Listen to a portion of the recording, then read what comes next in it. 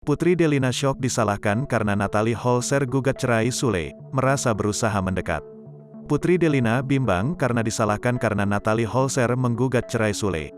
Pengakuan Putri Delina diungkapkan aktor sekaligus komedian Dicky Chandra yang belakangan ini menjadi tempat curhat Sule. Tak memihak siapapun, Dicky Chandra mengungkapkan bahwa Putri Delina berada dalam posisi bimbang karena banyak disalahkan. Padahal, menurut Putri, dirinya sudah berusaha mendekati sang ibu sambung. Putri Delina bimbang, dia paling syok karena seolah-olah dipersalahkan. Padahal, Putri sudah berusaha mendekati ibunya, terang Dicky Chandra, dikutip Tribun News dari YouTube Seleb Oncam, Minggu, tanggal 10 Juli tahun 2022. Dicky Chandra juga mengurai kondisi psikis Sule yang sedang tidak baik-baik saja.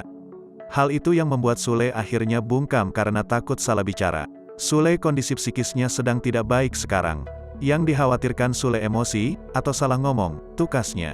Awalnya, Dicky mengungkapkan jika komedian tersebut menangis saat digugat cerai Natalie. Sule pernah curhat sampai nangis, itu yang paling menyedihkan beberapa hari yang lalu, tambah Dicky. Lebih lanjut, Dicky mengungkapkan jika Sule memiliki cita-cita menua bersama Natalie Holzer.